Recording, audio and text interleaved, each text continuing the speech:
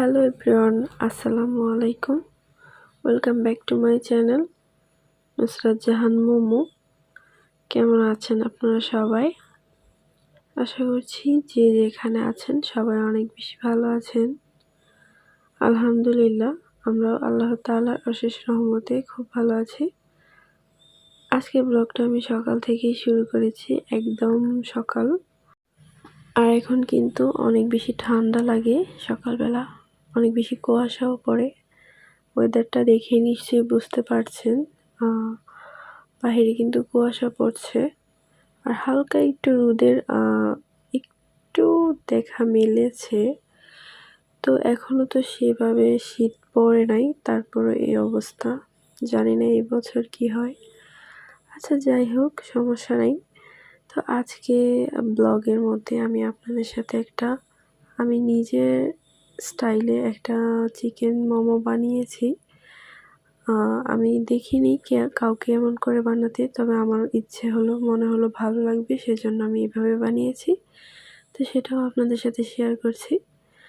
এখানে আমি চিকেনের ব্রেস্টের যে পিসগুলা সেগুলো নিয়েছি। একটা তেজপাতা না, সরি, একটা এলাচ একটু ফাটিয়ে দিয়ে দিয়েছি, আর গোলমরিচ দিয়েছি, আর সামান্য পরিমাণে লবণ দিয়ে এটাকে একটু সিদ্ধ করে নিচ্ছি।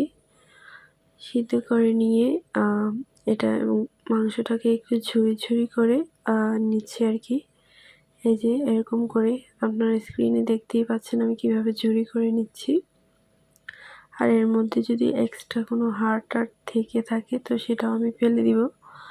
তার কারণ হচ্ছে চিকেন মোমোর মধ্যে যদি হাড় থাকে খেতে কিন্তু ভালো লাগবে না, সেজন্য। এই যে দেখেন আমি একটু হাড় পেয়েছি, সেটা হচ্ছে আমি ফেলে দিচ্ছি। আর এই যে চিকেনটাকে আমি সিদ্ধ করেছি, এর মধ্যে যে পানিটা দিয়েছিলাম সেটা কিন্তু চিকেন স্টক হয়ে গিয়েছে। তো সেটা আমি রেখে দিয়েছি, পরবর্তীতে কিছু বানালে ব্যবহার করতে পারবো। তো এখানে আমি আলু কুচি, গাজর কুচি, বাঁধাকপি কুচি,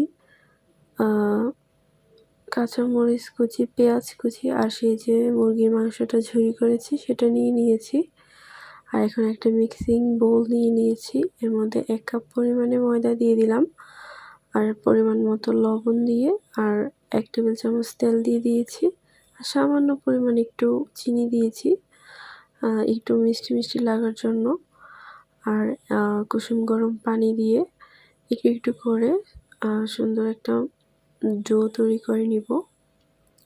আমি একটু একটু করে পানিটা দিচ্ছি, একেবারে দিচ্ছি না, তাহলে হয়তো দেখা যাবে যে ডোটা অনেক বেশি নরম হয়ে যাবে, সেজন্য।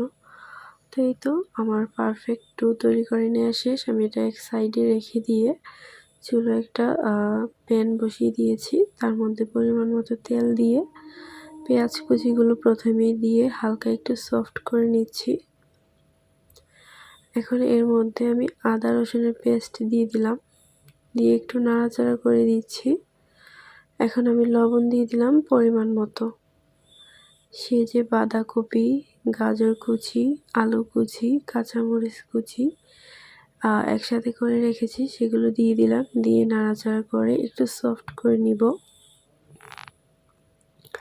এগুলো সামান্য পরিমাণে সফট হওয়ার পর আমি ঝুরি করে রাখা মুরগির মাংসটা দিয়ে দিলাম, দিয়ে সুন্দর করে একটু নেড়েচেড়ে দিচ্ছি। নেড়েচেড়ে এখন একটা পর্যায়ে আমি একটা ম্যাগি মশলা দিয়ে দিলাম। এই মশলাটা দিলে আমার কাছে অনেক বেশি মজা লাগে, তো সেজন্য দিয়ে দিয়েছি। আর এখন রাঁধুনির গরম মশলা দিয়ে দিলাম, দিয়ে একটু নাড়াচাড়া করে এগুলোকে ভাজা ভাজা করে উঠিয়ে নিব। এর মধ্যে আমি একটু ঝাল করার জন্য লাল মরিচের গুঁড়ো দিয়ে দিয়েছি, দিয়ে আর একটু নাড়াচাড়া করে দিচ্ছি। এই তো নাড়াচাড়া করতে করতে কিন্তু আমার চিকেনের পুরটা রেডি হয়ে গিয়েছে, মানে চিকেন মোমোর পুরটা আর কি। তো এটাকে উঠিয়ে নিয়েছি। এখন সেই যে ডো তৈরি করে রেখেছিলাম ময়দা দিয়ে, সেটাকে ছোট ছোট লেচি কেটে নিচ্ছি প্রথমে। কেটে নিয়ে আমি এটাকে একটু বেশি পাতলাও না, আবার খুব বেশি ভারীও না, মিডিয়াম একটা রুটি তৈরি করে নিব।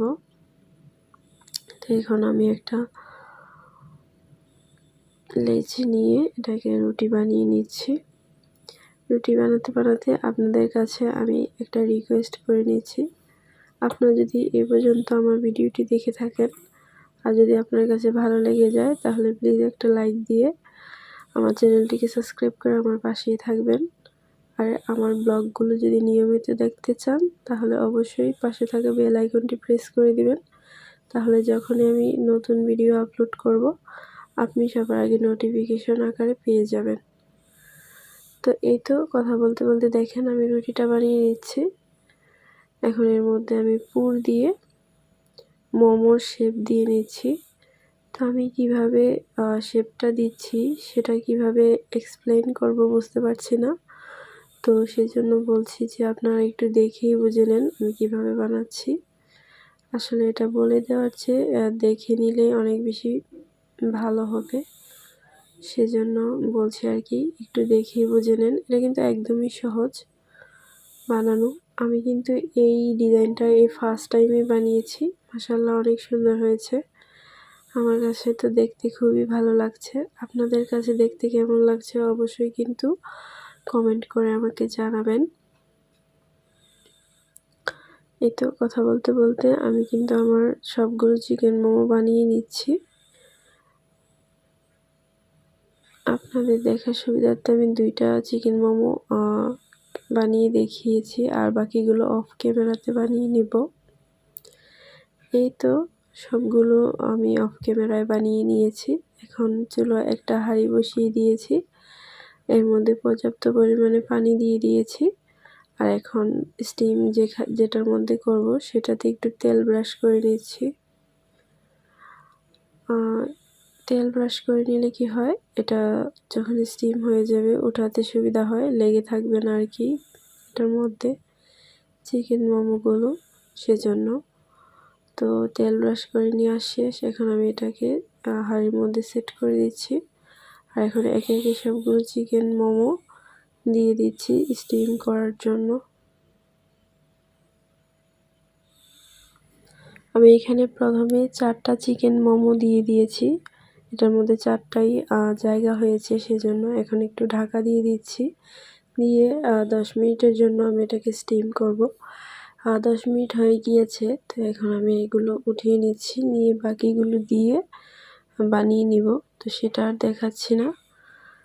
তো এখন হচ্ছে আমি এগুলো উঠিয়ে সার্ভ করে আপনাদেরকে দেখাচ্ছি। এটা কিন্তু অনেক বেশি মজা হয়েছিল, যেহেতু চিকেনের পুরটা আগে একটু আমি ভেজে নিয়েছি, সেজন্য খেতে আমার কাছে অনেক বেশি ইউনিক লেগেছে। তো আপনার বাসায় অবশ্যই ট্রাই করবেন। আর সবাই অনেক বেশি ভালো থাকবেন। আজকে ব্লগটা আমি এখানেই শেষ করে দিচ্ছি। আল্লাহ হাফেজ। আসসালামু আলাইকুম।